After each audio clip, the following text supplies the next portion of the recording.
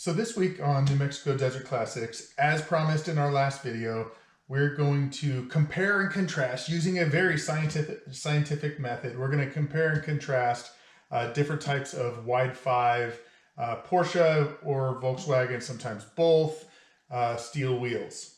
So ride along with us as we point out the differences so that you can hopefully know when you're being taken, when you're not being taken, or when you find a good deal on something.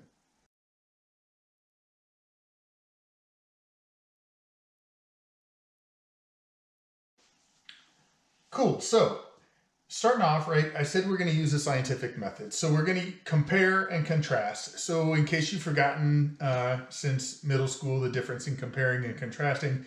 Comparing, we are going to determine what's the same. Contrasting is what's different. So in front of us, we've got two Porsche 356 wheels. I can tell you that because they're from my personal collection.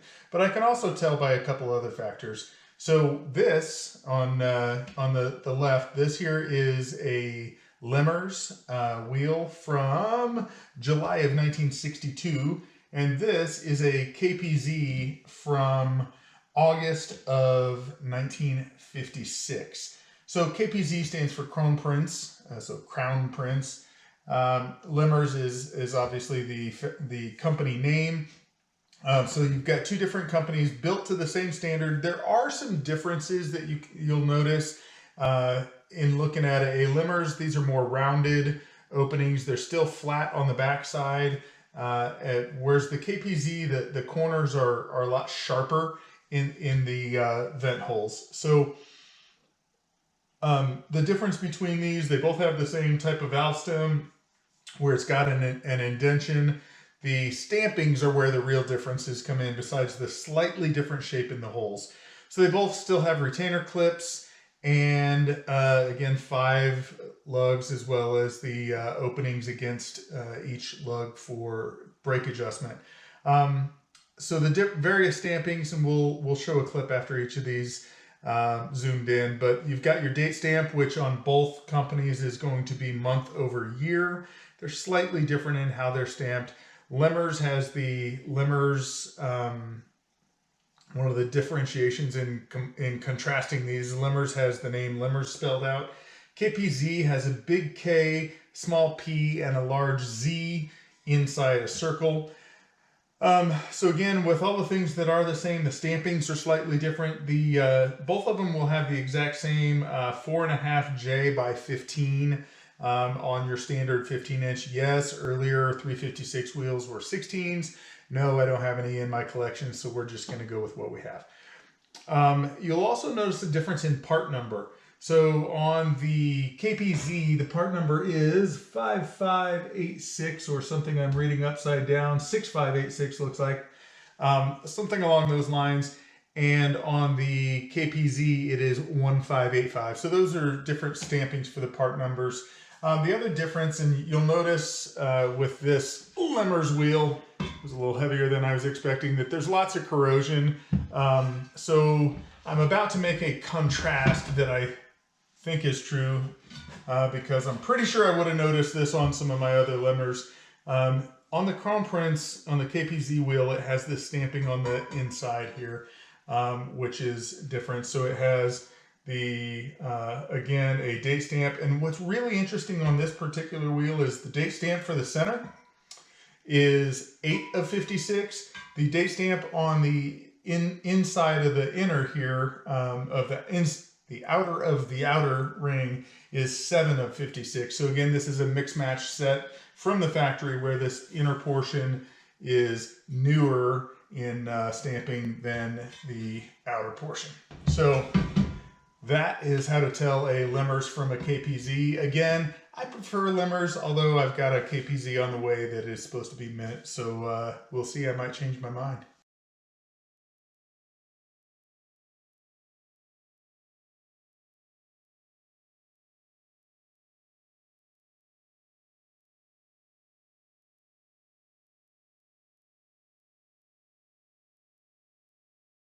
So, by the power of editing, I've swapped out the Lemmerz for a 1980 Vent 80, as in 80. vintage Mangel wheel produced in Brazil. This is still the KPZ because I wanted to point out this is one of those things that if you pay attention to the market, sometimes you'll see people say, yep, I've got Porsche wheels on my car, and they're trying to sell it to you as if it's got Porsche 356 wheels, when in fact it's got Mangels or worse, some Chinese repops. So nothing against China, just don't care for their repops. I'd rather have OG or the closest thing to OG. So comparing and contrasting. So what's the same?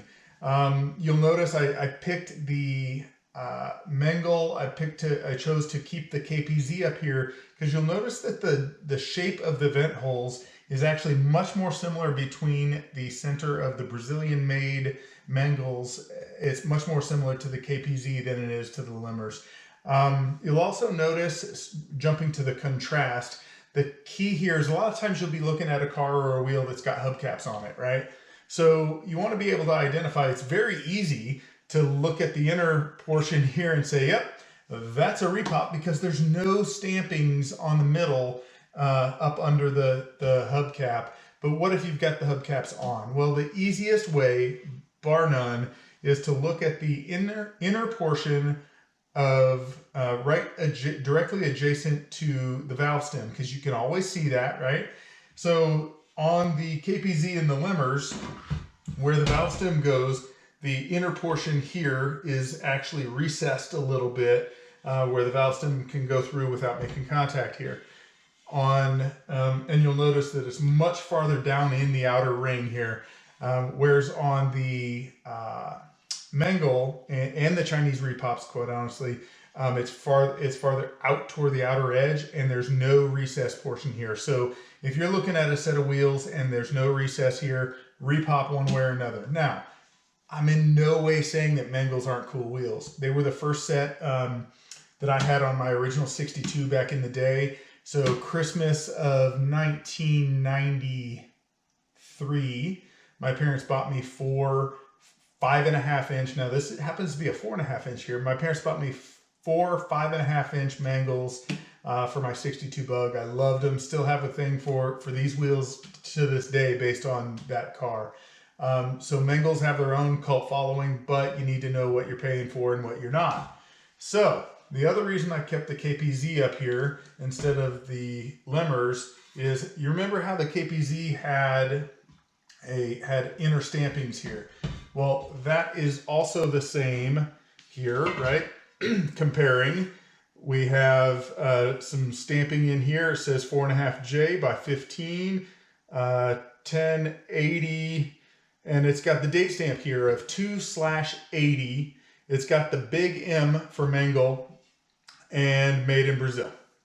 So without a doubt, obviously with a tire on there, you're not going to see it. So just look for this piece here not having the indent, and you're pretty sure you're going to have a set of Mangels, or if they look brand new and shiny, they're probably going to be Chinese.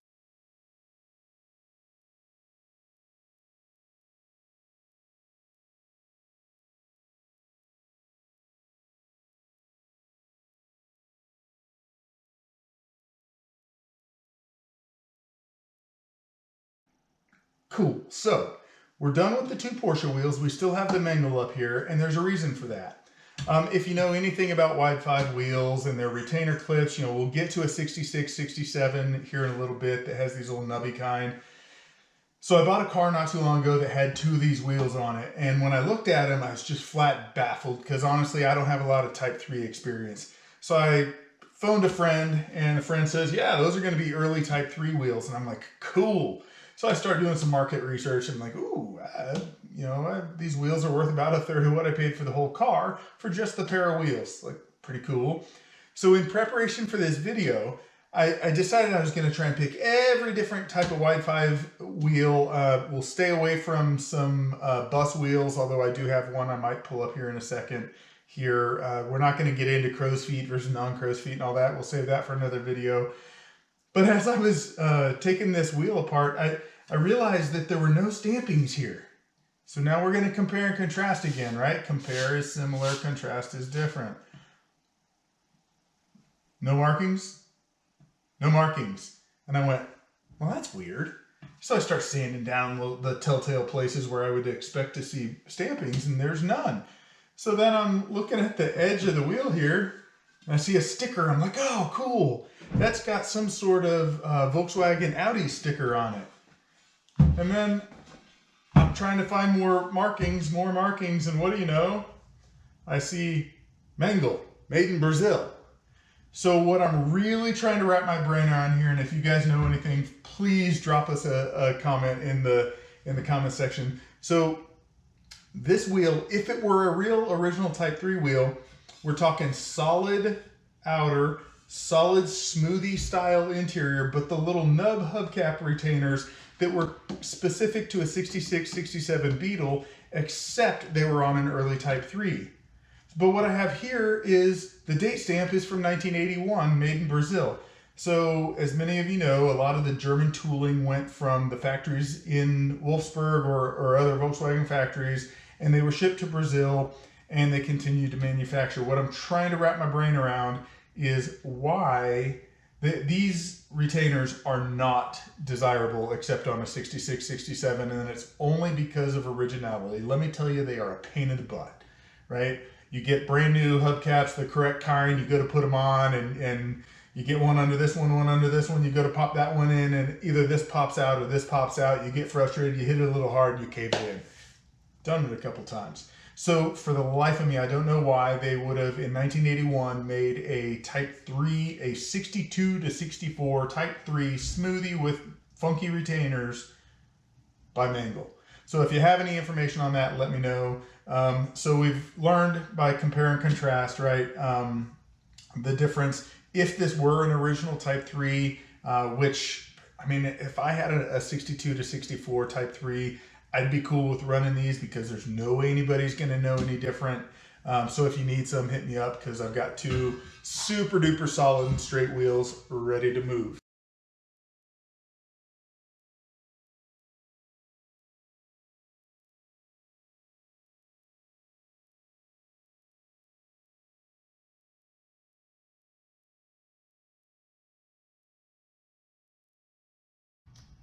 Right on. So left the Mangel up here just so we can again look at the shape of the holes here.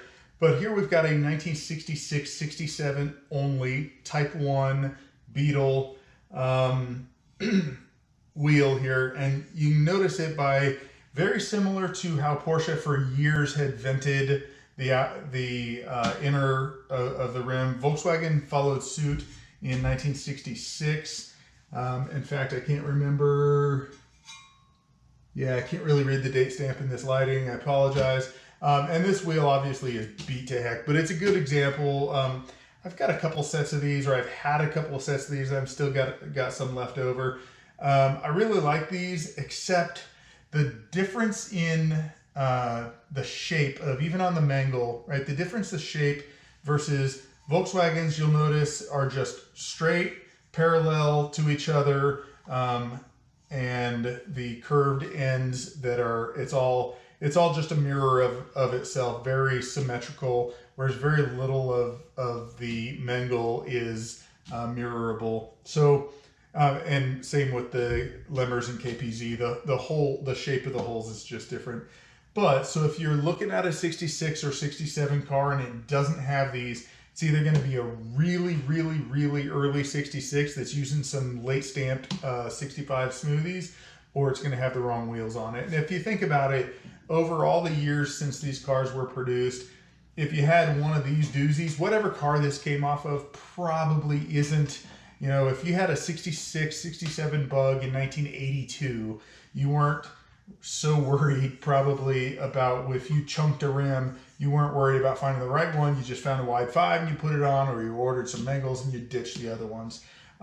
We do have some on hand, and again, I choose not to restore old wheels unless they absolutely need it, or if we're using them on a project, because I like to preserve the patina. If we are going to use them on a project, right before we put them on, then we can do all the strip down like I did for the ones for Iris a year or so ago. You can do that right before, but the way I look at it is, why jack up the natural patina just to have them done and sitting on a shelf, probably getting dinged up anyway. So I like to wait till right to the end to do those. So again, 60, 60, 67, same 5x205 lug pattern, different retainers. These are the same retainers as we saw on that fake Type 3 wheel. Stampings on here, no stampings on here. So again, that's 66, 67 compared and contrasted with a Mangel.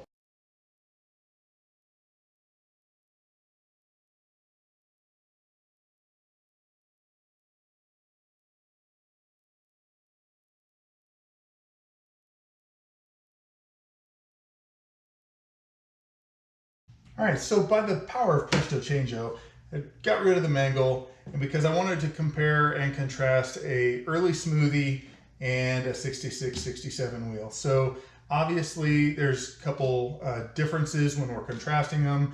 Again, we've got the funky nub retainers versus these retainer clips riveted on. And obviously the profile of the holes in this one versus no holes in this, hence we call it a Smoothie, right? Well, there's a couple things that are actually similar in this. The profile of this curve and the profile of this curve are actually very, very similar. The outer ring is still the same, right? You've got the same depth in here. There's a slight difference in how flat in this goes before it turns. These start turning a little bit, a little smoother, a little more gradual bevel there. Other than that, you're going to find that they're a 4-inch wide, 15-inch diameter, 5x205. Again, no recessing here for the valve stem. These are Volkswagen and Volkswagen. You'll find date stamps. So these are going to be throughout the 50s, well, the late 50s, early 60s up to 65, and again on some very early 66s. I've seen some cars that claim to have the original wheels that are still Smoothies on a 66. Then they transitioned over to these.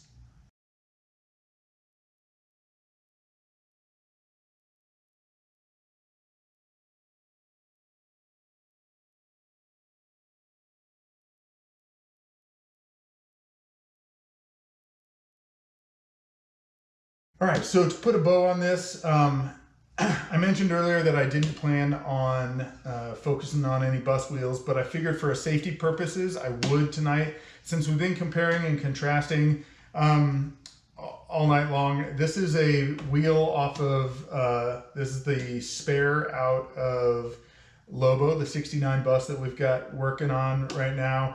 The biggest difference and the reason it's a safety issue is this is a 14-inch wheel, folks. So you can tell by the different angle of this inner here and by the little holes. I'm about to stick my finger in and cry like a baby. You don't want to run this unless you do the calculations and your sidewall height, yada, yada, yada. You don't want to run a larger or smaller wheel especially on the back of your Volkswagen, whether it's a bus, a Beetle, it doesn't matter what it is, because it's going to cause damage to your diff, to your transaxle. So you need everything to have a uniform height. So just really quickly, since I actually got in not a debate, not an argument, but a discussion with somebody on the Samba the other night. Correct way to read this. So if you're looking and you're not sure on the angle, bottom line is you'll be able to tell that this is a 185 70 R14. It's an 88 load rating, so it actually was supposed to be a 94, and when they came in, it was an 88. So I wouldn't recommend running them on your bus very long. But the way you read this is this 185 is the width of your tread, right? So that's 185 millimeters or 18.5 centimeters. And then the 70 is the sidewall profile.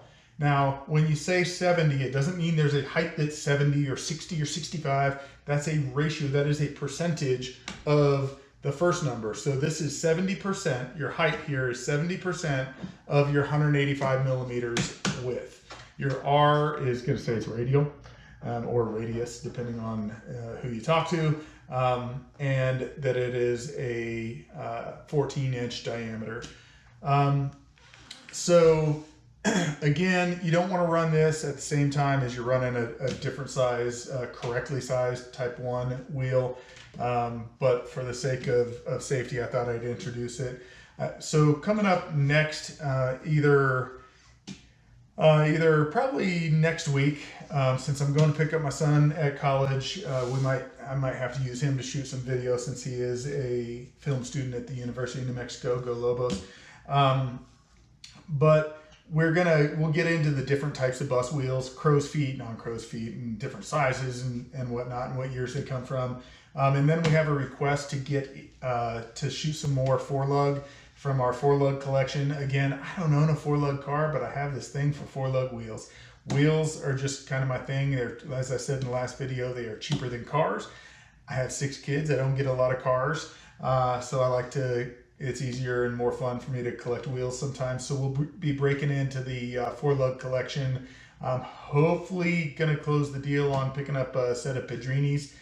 So look forward to that. And again, we are a fledgling YouTube channel. So give us a like, give us a subscribe, hit that bell with the notify. And hopefully, tonight we're in the random bus design here. Hippie heart is a happy heart. Hopefully next video, if it ever comes in, no fault of Josh's. Josh from Lost Socket has sent us, or I've ordered a long sleeve bus shirt that's going to look exactly like what Lobo should have looked like from the factory. Slightly custom, of course, so hopefully we'll be sporting that next time. So shout out to Josh. All right, so thanks again. Like, subscribe, and turn on that notification so when I make another one of these, it gives you that annoying ding. Have a good one, y'all.